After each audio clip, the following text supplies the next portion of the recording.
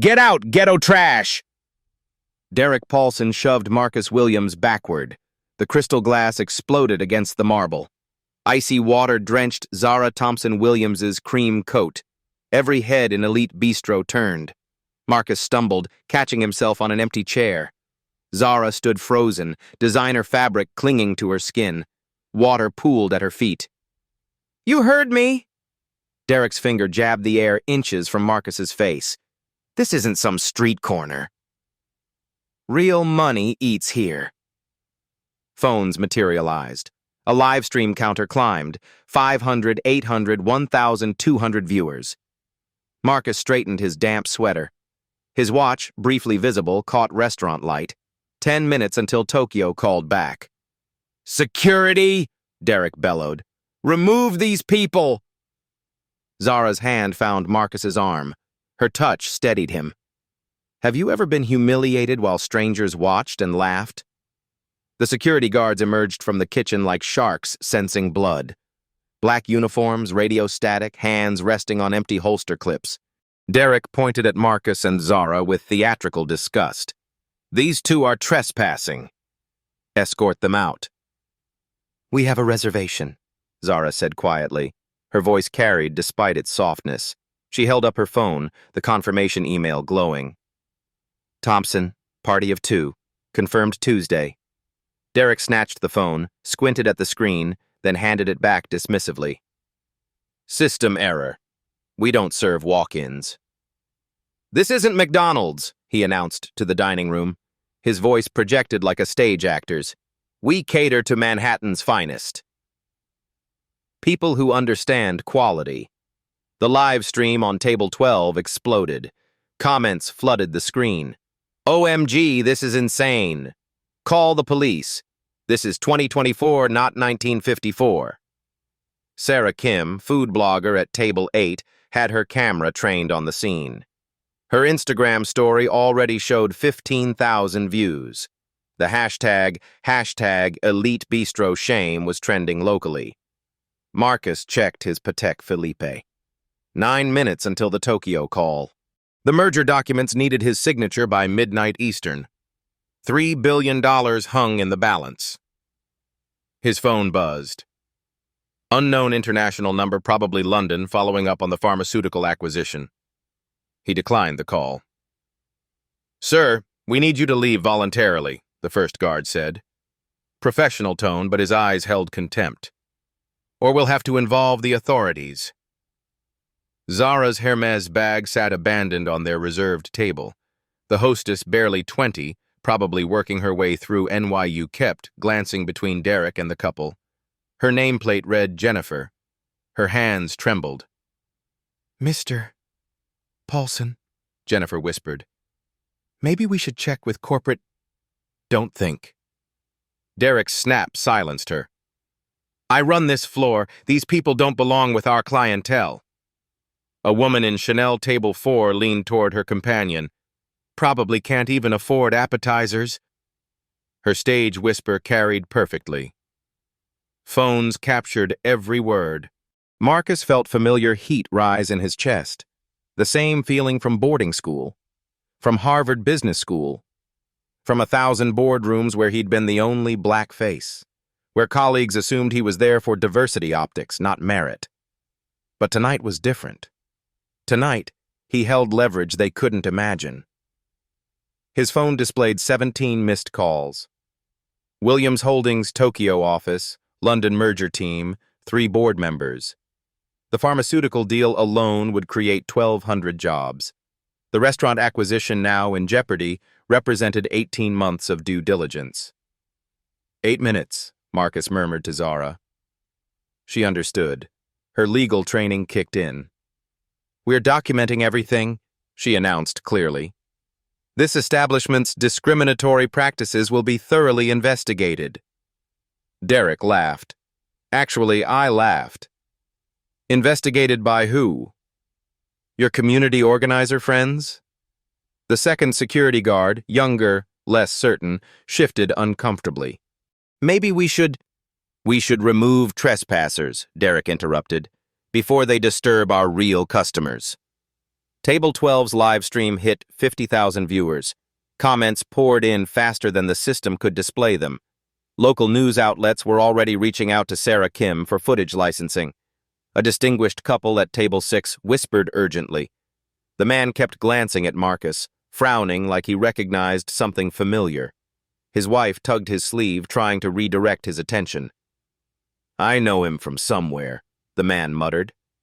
Marcus's valet ticket protruded from his jacket pocket. The number was partially visible. VIP001. The restaurant's premium service charged $200 for valet parking. Only their highest-value customers received single-digit numbers. 7 minutes, Marcus said softly. Derek stepped closer, invading personal space. His cologne was expensive, probably Creed, but couldn't mask the aggression radiating from his pores. "You're not intimidating anyone with your gangster routine." The room held its breath. Even the kitchen noise seemed muted. Marcus looked at Derek, really looked at him. Employee badge visible under his blazer. "Derek A. Paulson, ID number 4471. The details were burned into his memory from the background checks Williams Holdings ran on every property they considered acquiring. 3 discrimination complaints in 5 years. 2 settled out of court. The third, a pregnant Latina server, was still pending. "You seem very comfortable with this behavior," Marcus observed. His tone was conversational, almost friendly. "Is this standard protocol for elite restaurant group?" Something in his voice made Derek pause. A subtle shift in power dynamics. The live stream audience sensed it too. Comments started questioning who this couple really was. "Standard protocol is removing people who don't belong," Derek recovered. But his voice cracked slightly. Marcus smiled. Not a friendly smile. The smile he reserved for boardroom adversaries who didn't know they were already defeated. "Interesting definition of belonging," he said. His phone buzzed again. This time he glanced at the screen. The caller ID made several nearby diners gasp. Williams Holdings, Board of Directors. 6 minutes until Tokyo, Marcus said to Zara. She nodded, understanding the countdown's significance. The pharmaceutical acquisition would be announced at market open. Williams Holdings' stock would soar. The restaurant acquisition contingent on tonight's cultural assessment would either proceed or be permanently shelved. Derek noticed the crowd's shifting energy. The mockery was fading, replaced by uncertainty. Even his security guards looked less confident. "Who exactly are you people?" Derek demanded. Marcus pocketed his phone without answering. "We're customers who made a reservation." Nothing more, nothing less. But his calm confidence suggested otherwise. And Derek was finally beginning to realize he might have made a catastrophic mistake. Richard Sterling emerged from the manager's office like a general surveying a battlefield. Gray suit, silver hair, 40 years in hospitality management. His presence commanded immediate attention from staff and diners alike. "What's the situation, Derek?" His voice carried corporate authority honed by decades of crisis management. Derek straightened, suddenly formal. "Trespassers, sir. Refused to leave after I explained our establishment's dress code requirements." Marcus wore dark designer jeans and a cashmere sweater that cost more than most monthly salaries. Zara's outfit could have graced a Vogue cover shoot. Their combined clothing expenses exceeded what most people earned annually. "Dress code violations?" Richard examined them critically. His experienced eyes lingered on telling details. Zara's Italian leather shoes, Marcus's understated timepiece, the subtle luxury woven into every accessory they wore. Something fundamental didn't add up here. The live stream counter climbed relentlessly, 75,000 viewers and accelerating. Comments exploded across multiple social media platforms simultaneously. Elite beastro racism was trending nationally now, far beyond local New York circles. "This is absolutely insane. Someone needs to call corporate immediately. These people look incredibly expensive AF. Why do they seem so unnaturally calm?" Something big is about to happen. Marcus's phone vibrated insistently against his chest. 5 minutes until Tokyo's critical deadline. The pharmaceutical merger couldn't wait indefinitely for restaurant drama, but something about tonight felt genuinely pivotal, significantly bigger than just another routine business acquisition. 5 minutes remaining, he murmured quietly to Zara. A new voice cut decisively through the mounting tension. "Excuse me, aren't you—" The distinguished gentleman from Table 6 approached with obvious hesitation. Dr. Michael Carter, according to the detailed reservation system Marcus had thoroughly memorized during 18 months of careful due diligence research. Pediatric surgeon at prestigious Mount Sinai Hospital. Estimated net worth $3.2 million according to Forbes healthcare rankings. "I sincerely apologize for interrupting, Doctor," Carter continued uncertainly, "but you look incredibly familiar to me. Have we perhaps met at a major medical conference or maybe during a hospital fundraising gala?" "Wrong person entirely," Marcus replied with practiced smoothness, but his penetrating eyes held Dr. Carter's confused gaze for one moment too long. Recognition flickered unmistakably across the distinguished surgeon's weathered face. His concerned wife appeared immediately beside him, tugging his expensive sleeve with obvious embarrassment. "Michael, please leave them alone," she whispered urgently. "No, darling, I absolutely know I've seen him somewhere recently. Maybe featured in Forbes magazine? Or perhaps the Wall Street Journal's prominent business section." The restaurant's energy shifted perceptibly, like atmospheric pressure dropping before a devastating storm. Even Derek paused mid-gesture, creeping uncertainty finally infiltrating his previously aggressive posture. Sarah Kim's professional camera captured every nuanced detail. Her Instagram story had exploded exponentially to 100,000 views within minutes. Major news outlets were already flooding her DMs aggressively, offering substantial money for exclusive footage rights. Richard Sterling's finely tuned hospitality instincts finally triggered warning alarms. "Perhaps we should discuss this sensitive matter privately," he suggested diplomatically.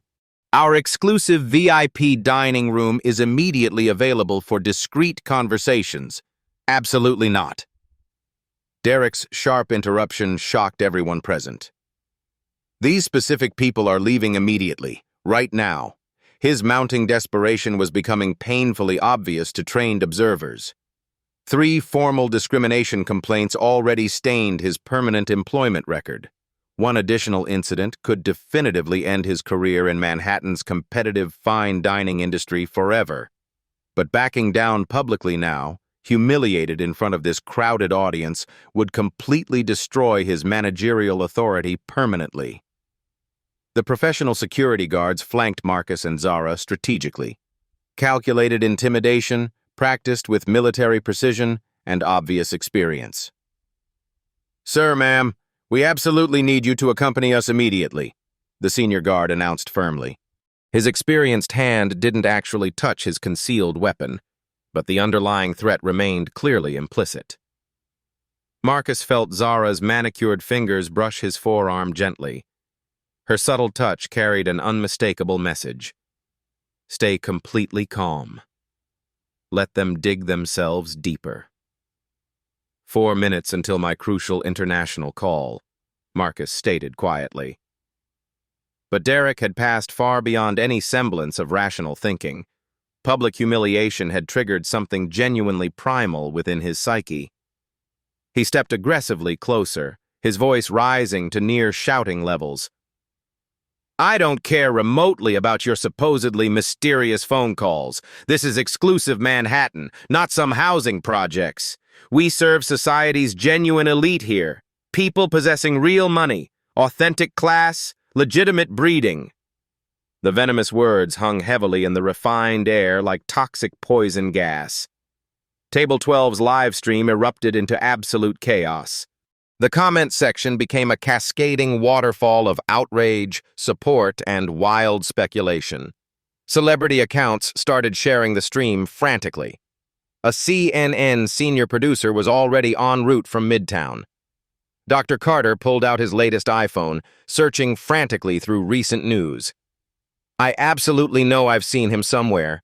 Recent major business news coverage, maybe? Something involving a massive corporate acquisition announcement? His increasingly worried wife grabbed his wrist desperately. Michael, please stop this. You're making everything significantly worse. But the dangerous seed was permanently planted now. Other wealthy diners started whispering urgently among themselves, comparing detailed notes. The mysterious man looked far too confident, unnaturally calm for someone facing ejection. His expensive watch was definitely luxury grade. The woman's bag wasn't that authentic Hermes. Jennifer, the nervous young hostess, finally discovered her trembling voice. Mr. Paulson, maybe we should double-check their reservation again carefully. Our computer system sometimes experiences technical glitches. The system functions perfectly fine. Derek's explosive shout silenced the entire restaurant completely. These people are obvious liars.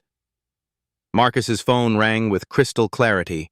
Tokyo's distinctive international number displayed prominently on the bright screen. He deliberately declined the urgent call, but not before several sharp-eyed diners noticed the clearly visible international country prefix. 3 minutes remaining, he announced calmly. Richard Sterling's well-developed corporate instincts were screaming desperate warnings now. The viral live stream, the crowd's dramatically shifting mood, the mysterious couple's completely unnatural calm everything suggested a potential disaster rapidly approaching. Derek, perhaps we should carefully reconsider. Never. Derek was completely past rational listening. I won't allow street thugs to intimidate my dedicated staff. Security, remove them immediately. The guards moved forward decisively. This was the critical moment. Actual physical contact would escalate everything far beyond any possible repair. Legal liability would skyrocket exponentially. The live stream audience held its collective breath. Marcus raised his hand slightly. Not remotely threatening, just a patient gesture of calm restraint.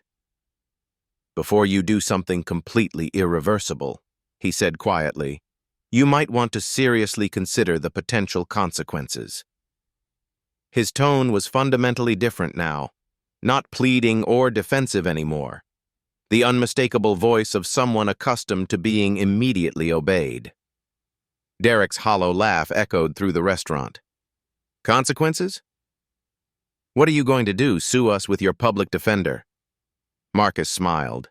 Not the polite smile he'd worn all evening. Something colder, more predatory. Richard Sterling, General Manager, Elite Restaurant Group, Employee ID number 2847, hired September 2018. Annual salary $120,000 plus performance bonuses. His voice carried absolute certainty. Derek Paulson, Floor Manager, ID number 4471, hired January 2019. Salary, $85,000. 3 prior complaints for discriminatory behavior filed with Human Resources. The restaurant froze. Richard's face was completely drained of color. Derek stumbled backward like he'd been physically struck.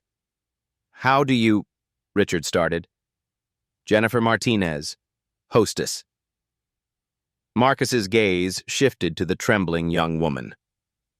NYU student, art history major, works 26 hours weekly to pay tuition.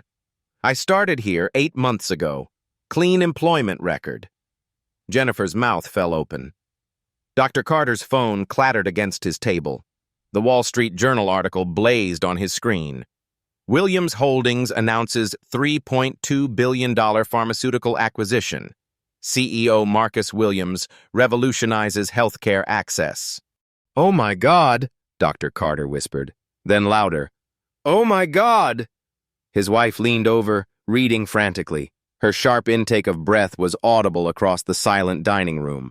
The live stream exploded. Comments flooded the screen faster than the system could process. Williams Holdings? The billionaire Marcus Williams? Holy shit, they messed with the wrong people. This is insane. Marcus pulled out his phone with deliberate calm. The movement was theatrical, practiced. He dialed a number from memory. Cancel the Elite Restaurant Group acquisition meeting, he said clearly. His voice carried to every corner of the restaurant. Permanently. The words hit Derek like a physical blow. His legs buckled slightly. Mr. Williams. Richard Sterling stepped forward, corporate panic flooding his features.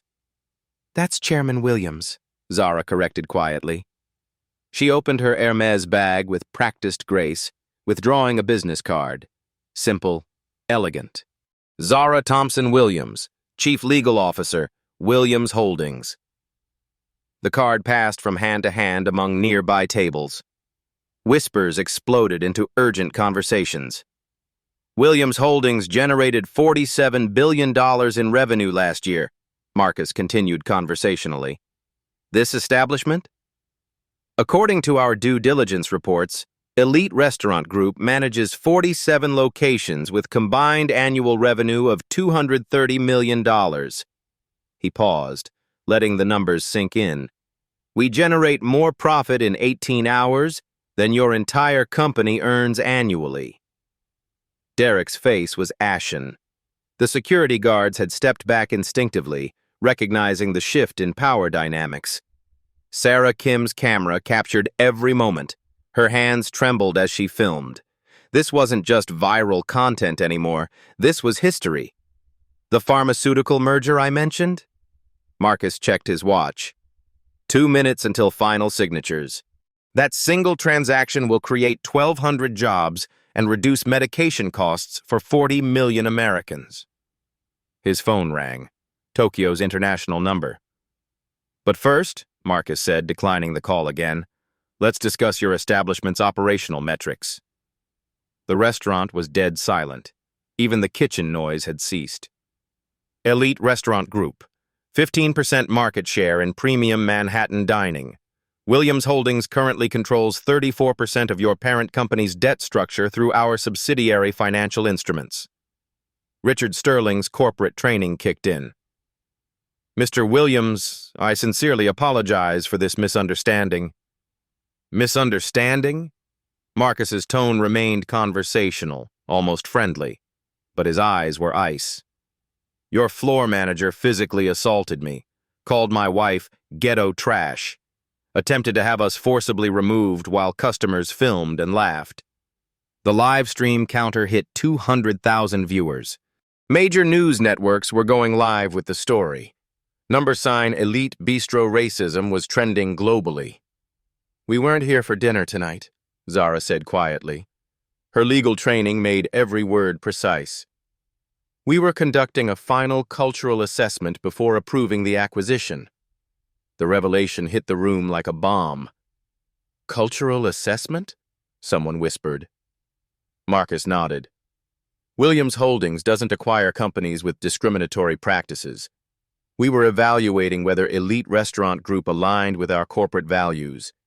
He gestured around the dining room. You just provided a comprehensive demonstration. Derek found his voice, though it cracked. You tricked us. We made a reservation under my wife's maiden name. We dressed casually but appropriately.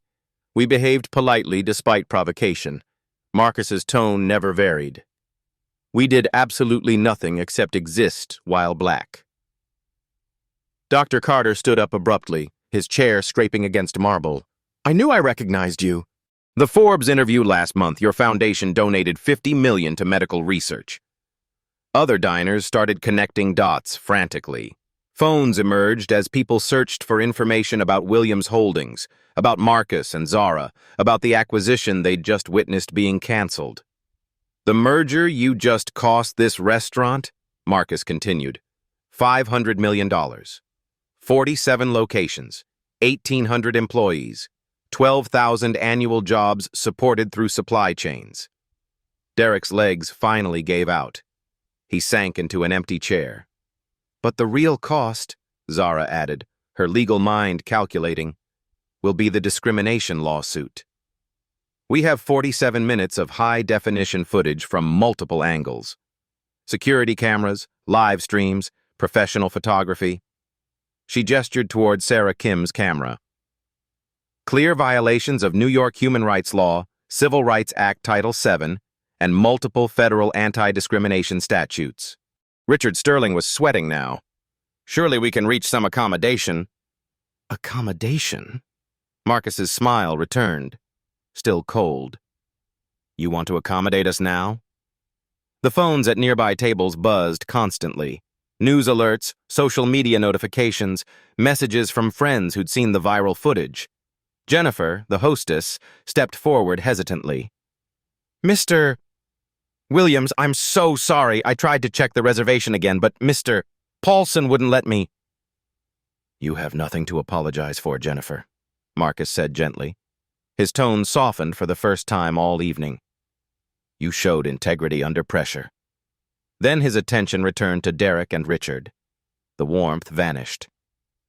As of tonight, you have 24 hours to implement comprehensive anti-discrimination reforms, or Williams Holdings will trigger acceleration clauses on $180 million in outstanding debt obligations held by your parent company. The legal language hit Richard like cold water. He understood corporate leverage when he heard it.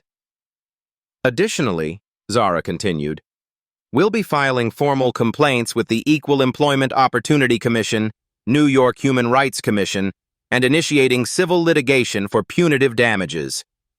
The live stream audience was in complete chaos. Comments poured in from celebrities, politicians, civil rights leaders. The story was spreading faster than wildfire. Marcus's phone buzzed again. Tokyo again. 1 minute until the pharmaceutical merger deadline, he announced. That transaction will proceed as scheduled. But this... He gestured around the restaurant. This ends here. Derek finally found words. I didn't know who you were. Marcus stared at him for a long moment. That's exactly the problem, he said quietly. You should treat every customer with dignity, regardless of who they are. The fact that you're only apologizing because of our wealth proves you learned nothing. He turned to Zara. Ready? She nodded, gathering her bag with practiced elegance. The merger documents are waiting, Marcus said to the room. $3 billion in healthcare innovation, 1,200 jobs, 40 million Americans with access to affordable medication. He paused at the restaurant entrance. That work continues, but some lessons apparently need to be taught the hard way. The door closed behind them with a soft click. The restaurant erupted into chaos. The pharmaceutical merger call lasted exactly 18 minutes. Marcus signed the documents electronically while standing in Elite Bistro's marble lobby, his digital signature authorizing $3.2 billion in healthcare innovation. Tokyo confirmed receipt. London validated regulatory compliance.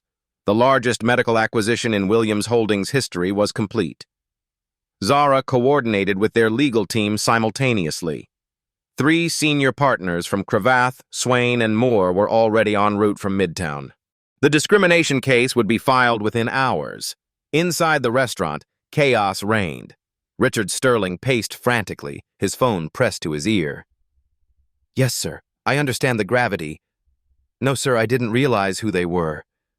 The live stream has how many viewers? Corporate headquarters was in full crisis mode. The Elite Restaurant Group board had convened an emergency session. Stock prices were already dropping in after-hours trading as news broke across financial networks. Derek sat motionless at table 14, staring at his hands. 3 discrimination complaints in 5 years. Now this. His career in hospitality was finished. No fine dining establishment in Manhattan would touch him after tonight. Dr. Carter had become an unofficial narrator for the live stream audience, providing context about Williams Holdings' business empire. This is the same Marcus Williams who revolutionized pharmaceutical distribution in Africa. His foundation provides free medical care to 2 million people annually. The comments section exploded with research. Williams Holdings owns 23% of major pharmaceutical companies. His wife graduated Harvard Law, top 1% of her class. They donated $100 million to civil rights organizations last year. This restaurant just messed with the wrong people. Sarah Kim's Instagram story had become a news event unto itself. CNN, MSNBC, and Fox News were all requesting exclusive interviews. She'd gained 40,000 followers in 20 minutes. Marcus and Zara returned to the restaurant exactly 1 hour later. The scene was dramatically different. Richard Sterling stood near the entrance with two men in expensive suits, clearly corporate damage control. Derek was nowhere to be seen.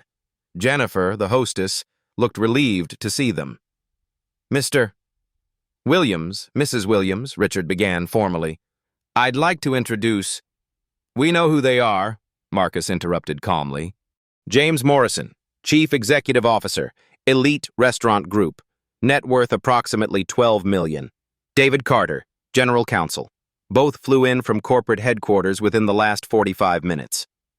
Morrison stepped forward, extending his hand. Marcus didn't take it. Mr. Williams, on behalf of Elite Restaurant Group, I offer our sincerest apologies for tonight's inexcusable behavior. We're prepared to make this situation right. Interesting choice of words, Zara observed. Her legal training made every syllable precise. Making it right implies acknowledging wrongdoing. Are you prepared to admit your employees violated federal anti-discrimination laws? Morrison exchanged glances with his lawyer. We're prepared to discuss reasonable accommodations. This isn't a negotiation, Marcus stated. His tone remained conversational but carried unmistakable authority. This is a notification of consequences.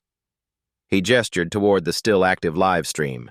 The viewer count had stabilized around 300,000, with thousands more watching replays across social media platforms. Your employee physically assaulted me while customers filmed and laughed.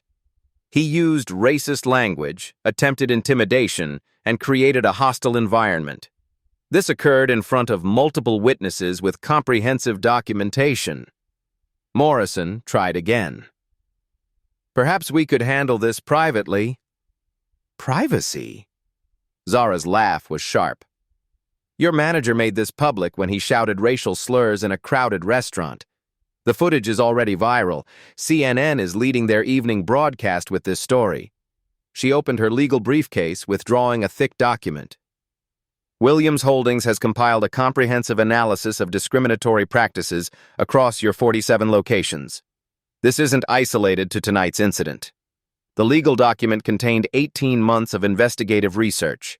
Secret shoppers, employment discrimination complaints, customer testimonials, and systematic analysis of treatment disparities. Location 17, Chicago. Black customers waited an average of 12 minutes longer for seating than white customers with identical reservations. Morrison's face paled. Location 23, Boston. 3 black employees filed discrimination complaints in 2 years. All were settled with non-disclosure agreements. The data was devastating, precise, legally bulletproof. Location 31, Los Angeles. Security called on black customers at 5 times the rate of white customers, despite no statistical difference in complaint rates. David Carter, the corporate lawyer, finally spoke. These allegations require thorough investigation. Investigation? Marcus pulled out his phone, displaying a recorded conversation.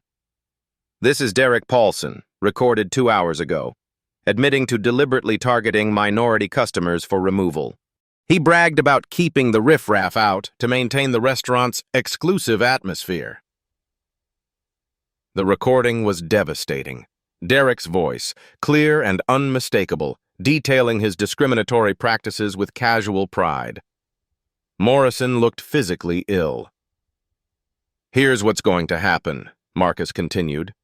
Elite Restaurant Group has 24 hours to implement the Williams Protocol comprehensive anti-discrimination reforms designed by our corporate responsibility team. Zara distributed printed copies of the protocol, 43 pages of detailed requirements. Mandatory bias training for all employees, conducted quarterly with independent assessment. Anonymous reporting systems monitored by civil rights organizations. Diversity requirements for management positions, minimum 40% representation from underrepresented communities. Morrison scanned the document frantically. These requirements would cost millions to implement. Implementation cost, approximately $8 million annually, Marcus confirmed. Alternative cost, losing $180 million in accelerated debt payments, plus punitive damages from federal discrimination lawsuits, plus complete destruction of your corporate reputation. The math was simple. Devastating, but simple. Additionally, Zara continued, Williams Holdings will establish an independent monitoring board with authority to conduct unannounced assessments. 3 civil rights attorneys, 2 community leaders, 1 former EECC commissioner. Customer advocacy program with direct reporting to our legal team. Any discrimination complaint receives immediate investigation with findings published publicly. AI-powered monitoring systems analyzing customer service patterns for statistical disparities.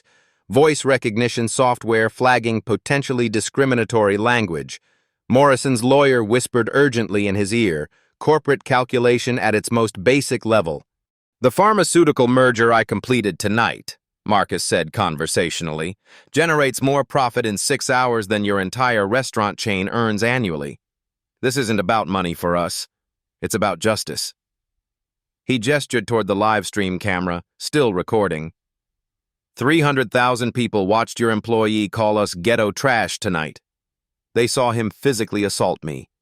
They heard him say, "We don't belong in polite society." Those same 300,000 people will watch your response. They'll judge whether your apologies translate into actual change. Jennifer, the hostess, approached hesitantly. Mr. Williams, may I say something? Marcus nodded encouragingly. I've worked here for 8 months. I've seen managers treat customers differently based on race. I was afraid to report it because I need this job for school. Her voice grew stronger. But tonight, watching you handle this with such dignity, I want to testify. I want to help make sure this never happens again. Other staff members began coming forward. A server who'd witnessed discriminatory seating practices. A bartender who'd heard managers make racist jokes. A cook who'd seen minority employees passed over for promotions. The dam was breaking. Morrison realized his company faced a catastrophic reckoning.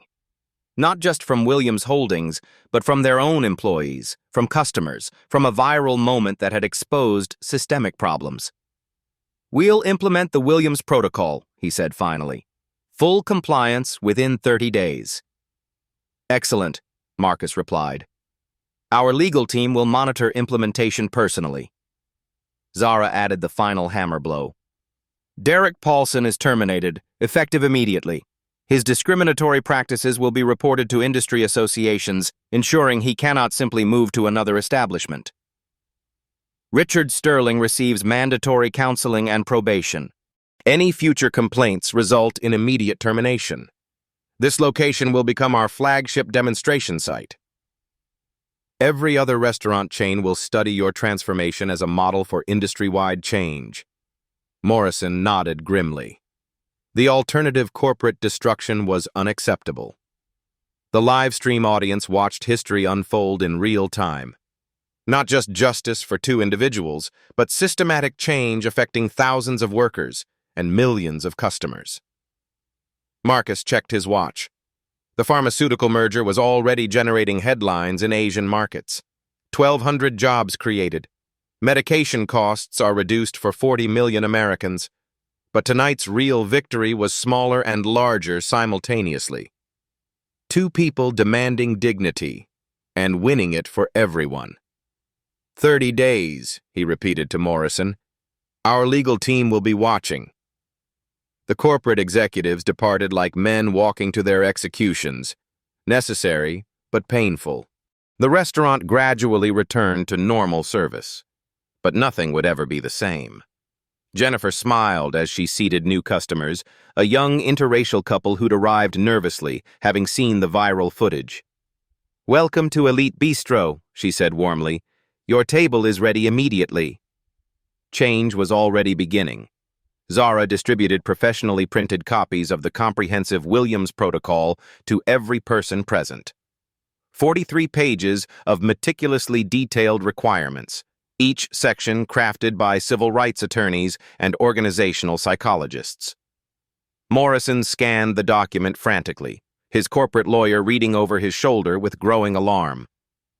These extensive requirements would cost millions annually to implement across our entire organization. Implementation cost, approximately $8 million annually, Marcus confirmed without hesitation or negotiation. Alternative cost, losing $180 million in accelerated debt payments, plus punitive damages from multiple federal discrimination lawsuits, plus complete destruction of your corporate reputation and customer base. The mathematical calculation was elegantly simple in its devastating clarity. Additionally, Zara continued with precise legal authority, Williams Holdings will establish an independent monitoring board with unrestricted authority to conduct unannounced assessments at any location, any time. 3 experienced civil rights attorneys, 2 respected community leaders, 1 former Equal Employment Opportunity Commission commissioner. She turned to the next page of requirements. Customer advocacy program with direct reporting mechanisms to our legal team. Any discrimination complaint receives immediate investigation with findings published publicly on our corporate transparency website within 72 hours. AI-powered monitoring systems analyzing customer service patterns for statistical disparities across demographic groups. Advanced voice recognition software flagging potentially discriminatory language in real time with automatic incident reports. Morrison's expensive lawyer whispered urgently in his ear. Corporate survival calculation at its most fundamental level. The pharmaceutical merger I completed tonight, Marcus said conversationally, generates more net profit in 6 hours than your entire restaurant chain earns annually. This isn't about money for us. It's about systematic justice. He gestured toward the live stream camera, still recording everything for posterity. 300,000 people watched your employee call us ghetto trash tonight. They witnessed him physically assault me. They heard him declare we don't belong in civilized society. Those same 300,000 people will now watch your corporate response. They'll judge whether your public apologies translate into genuine, measurable change. Jennifer, the young hostess, approached hesitantly but with growing confidence. Mr. Williams, may I say something publicly? Marcus nodded encouragingly, recognizing her courage. I've worked here for 8 months while attending NYU. I've personally witnessed managers treat customers differently based entirely on race. I was afraid to report these incidents because I desperately need this job to pay for school. Her voice grew stronger with each word. But tonight, watching you both handle this situation with such incredible dignity and strategic intelligence, I want to testify. I want to help ensure this discriminatory behavior never happens again to anyone. Other staff members began coming forward spontaneously, a server who'd witnessed discriminatory seating practices for months, a bartender who'd overheard managers making racist jokes during staff meetings, a cook who'd seen minority employees consistently passed over for promotions despite superior performance. The dam was breaking completely. Morrison realized his company faced a catastrophic reckoning, not just from Williams Holdings' legal and financial power, but from their own employees, from customers, from a viral moment that had exposed deep systemic problems across their entire organization. We'll implement the Williams Protocol immediately, he said, finally, corporate defeat evident in his voice. Full compliance within 30 days maximum. Excellent decision, Marcus replied calmly. Our legal team will monitor implementation progress personally. Zara added the final legal hammer blow. Derek Paulson is terminated immediately, effective tonight. His discriminatory practices will be reported to industry associations, ensuring he cannot simply relocate to another hospitality establishment. Richard Sterling receives mandatory professional counseling and 6-month probation. Any future discrimination complaints result in immediate termination without severance. This specific location will become our flagship demonstration site. Every other restaurant chain will study your transformation as a model for industry-wide systematic change." Morrison nodded grimly. The alternative, complete corporate destruction, was absolutely unacceptable. The live stream audience watched history unfold in real time, not just justice for 2 individuals, but systematic change affecting thousands of workers and millions of future customers. Within 2 hours, the Williams Protocol was already being studied by major corporations nationwide. McDonald's legal team requested copies. Starbucks initiated emergency diversity meetings. The National Restaurant Association announced mandatory bias training for all members. Marcus checked his expensive watch. The pharmaceutical merger was generating positive headlines in Asian markets. 1,200 jobs were created immediately. Medication costs are reduced for 40 million Americans. Stock prices are rising globally, but tonight's real victory was simultaneously smaller and larger. 2 people demanding basic dignity and winning systemic change for everyone. 30 days for full compliance, Marcus repeated to Morrison with quiet authority. Our legal team will be monitoring closely. The corporate executives departed like defeated generals, carrying the Williams Protocol like terms of surrender. Necessary corporate transformation, but professionally painful. The restaurant gradually returned to normal service operations, but absolutely nothing would ever be the same. Jennifer smiled warmly as she seated new arriving customers. A young interracial couple who'd arrived nervously, having seen the viral footage spreading across social media. "Welcome to Elite Bistro," she said with genuine warmth and professional respect. "Your table is ready immediately, and we're honored to serve you tonight." Change was already beginning visibly. Dr. Carter approached Marcus and Zara as they prepared to leave. "I wanted to personally apologize for not speaking up sooner when I recognized the discrimination happening."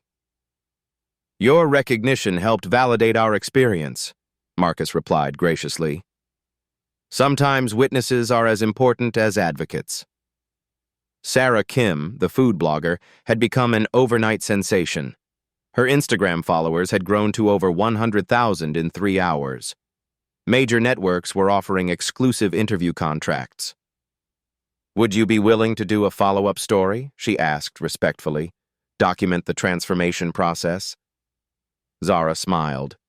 "We'd be honored. Transparency creates accountability." The Williams Protocol implementation began immediately. Week 1, emergency bias training for all staff.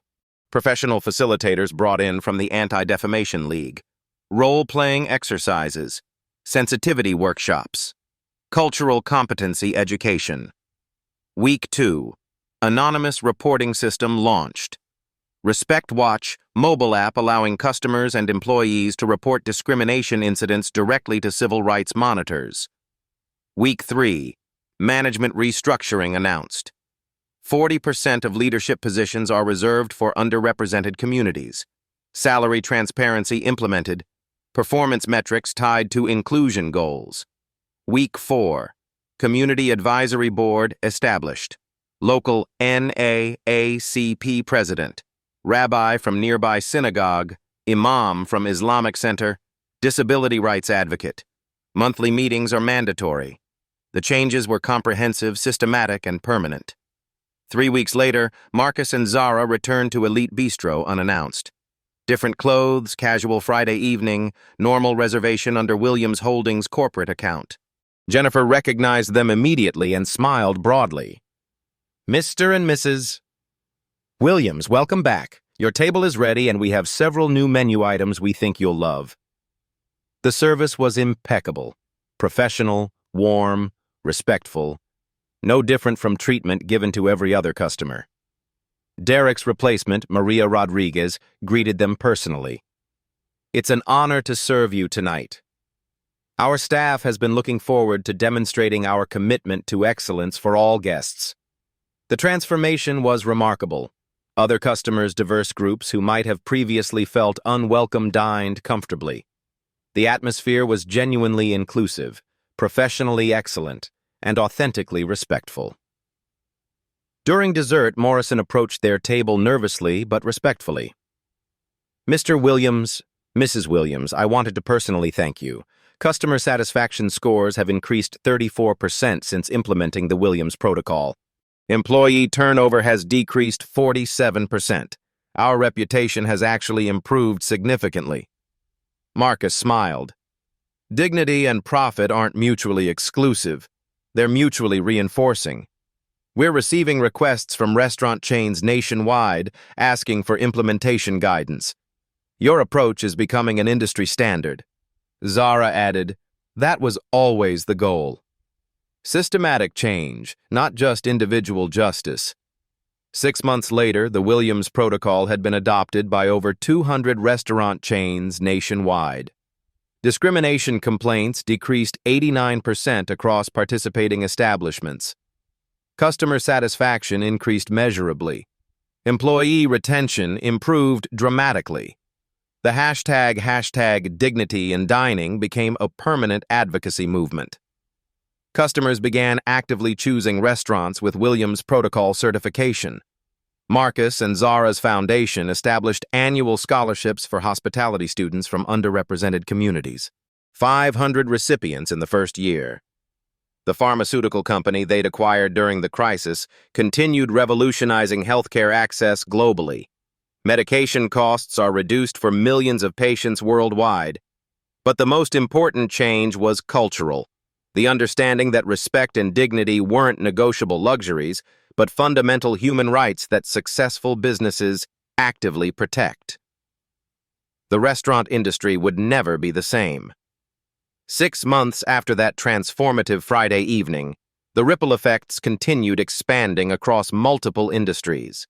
The Williams Protocol had become the gold standard for corporate anti-discrimination practices. Harvard Business School included it in their MBA curriculum. The Equal Employment Opportunity Commission recommended it as best practice guidelines. International corporations were adapting it for global implementation. Marcus stood before the United Nations Human Rights Council in Geneva, delivering the keynote address on systematic discrimination in business practices. The pharmaceutical merger had generated $4.7 billion in revenue while reducing medication costs for 60 million patients worldwide. But tonight's speech focused on something more fundamental. True power, he told the Assembly of World Leaders, isn't the ability to destroy those who wrong you. It's the wisdom to transform systems so they serve everyone with dignity. The audience of diplomats and activists gave him a standing ovation. Zara had been nominated for the NAACP Legal Defense Fund's highest honor. Her discrimination case had set legal precedents now cited in federal courts nationwide. 3 Supreme Court justices referenced her documentation methods in recent civil rights decisions. Back in Manhattan, Elite Bistro had become an unlikely pilgrimage site. Civil rights leaders brought their families for dinner, not just to support the restaurant's transformation, but to experience what inclusive excellence looked like in practice. The establishment had earned Michelin recognition, not just for culinary quality, but for revolutionary hospitality practices. Jennifer had graduated NYU with highest honors. Williams Holdings offered her a full scholarship to Harvard Law School. She accepted, planning to specialize in employment discrimination law. "Watching you both that night changed my entire life trajectory," she told Marcus during her scholarship interview. "I learned that courage isn't the absence of fear, it's choosing justice despite fear." Dr. Carter had become an unexpected advocate. His medical practice now offered free consultations to discrimination victims experiencing stress-related health issues. He'd testified in 17 civil rights cases, providing expert medical testimony about racism's psychological impact. Sarah Kim's food blog had evolved into a comprehensive platform documenting social justice in the hospitality industry. Major publishers were competing to secure book rights for her account of that transformative evening. Derek Paulson had disappeared from New York entirely. Industry background checks ensured he couldn't find employment in hospitality anywhere. His LinkedIn profile showed intermittent contract work, far from customer-facing roles. The price of systematic racism was personal and professional exile. Richard Sterling had completed his mandatory counseling and emerged genuinely transformed. He now led bias training workshops for restaurant managers nationwide, sharing his personal story of awakening and accountability. "I spent 20 years in hospitality thinking I was professional," he told the audience. "That night, I learned the difference between polite service and dignified respect." Morrison's corporate leadership had become a model for crisis transformation. Elite restaurant group's stock price had reached all-time highs. Customer loyalty increased dramatically when people felt genuinely welcomed and respected. The broader impact was immeasurable. Over 500 restaurant chains had implemented Williams Protocol standards. The National Restaurant Association reported an 89% reduction in discrimination complaints across participating establishments. Customer satisfaction scores increased 34% on average. The hashtag DIGNITYINDINING has generated over 50 million social media interactions. Restaurant workers shared stories of positive workplace transformations. Customers documented instances of inclusive service excellence. But the most profound change was generational. Young hospitality workers were entering the industry with completely different expectations. Discrimination wasn't just morally wrong, it was professionally unacceptable and financially destructive. Marcus and Zara's foundation had expanded beyond scholarships. They'd established the Center for Dignified Commerce at Columbia Business School, researching the intersection of social justice and economic success. Their annual report demonstrated conclusively that businesses prioritizing dignity and inclusion consistently outperformed competitors in profitability, employee retention, and customer loyalty. The pharmaceutical company they'd acquired during the crisis had revolutionized global healthcare access. Generic medications were now available in 43 developing countries. Pediatric cancer treatments reached underserved communities worldwide. 1 year later, Marcus and Zara returned to Elite Bistro for their wedding anniversary dinner. The transformation was complete and permanent. The staff was diverse, professional, and genuinely welcoming to every customer. The atmosphere buzzed with authentic hospitality excellence. Maria Rodriguez, now general manager, greeted them personally. "Mr. and Mrs. Williams, welcome home. We've prepared a special menu celebrating 1 year of the Williams Protocol implementation." During dinner, they reflected on that pivotal evening. "Did you imagine it would lead to all this?" Zara asked, gesturing around the bustling, inclusive restaurant. Marcus smiled, remembering his initial anger and humiliation. "I hoped for justice. We achieved transformation." "The pharmaceutical merger was business," she continued. "But this changing how millions of people experience dignity is a legacy." Their quiet conversation was interrupted by applause. The entire restaurant was acknowledging their presence, not as billionaires or celebrities, but as catalysts for positive change. A young black family at a nearby table waved gratefully. Their teenage daughter approached shyly. "My mom wanted me to thank you," she said. "She was afraid to bring us to places like this before. Now we eat wherever we want, and people treat us with respect." Marcus felt tears in his eyes. This was why the confrontation mattered. Not revenge against Derek or corporate victory over Morrison, but ensuring this girl could grow up expecting dignity as her birthright. As they left that evening, Zara squeezed Marcus's hand. "We didn't seek revenge," she said softly. "We demanded justice. And we got systematic change instead. The valet, a young man who'd been promoted from busboy after Williams Protocol implementation, brought their car around with professional pride. "Thank you for everything," he said simply. "This job actually pays for my college now, and customers treat me with respect." Driving home through Manhattan's glittering streets, Marcus reflected on Power's true purpose. They could have destroyed Derek personally, crushed the restaurant financially, humiliated Morrison publicly. Instead, they'd chosen transformation over vengeance. Systematic change over individual punishment. Legacy over immediate satisfaction. The most powerful response to hate wasn't anger. It was strategic action, creating lasting change. Have you witnessed discrimination in public spaces? Share your story in the comments below. Your voice matters. When we document injustice, we create accountability. Subscribe to Black Voices Uncut for more stories of quiet power triumphing over systematic bias. Remember, the most powerful response to hate isn't anger. It's strategic action that creates lasting change for everyone. At Black Voices Uncut, we don't polish away the pain or water down the message. We tell it like it is because the truth deserves nothing less. If today's story spoke to you, click like, join the conversation in the comments, and subscribe so you'll be here for the next Uncut Voice.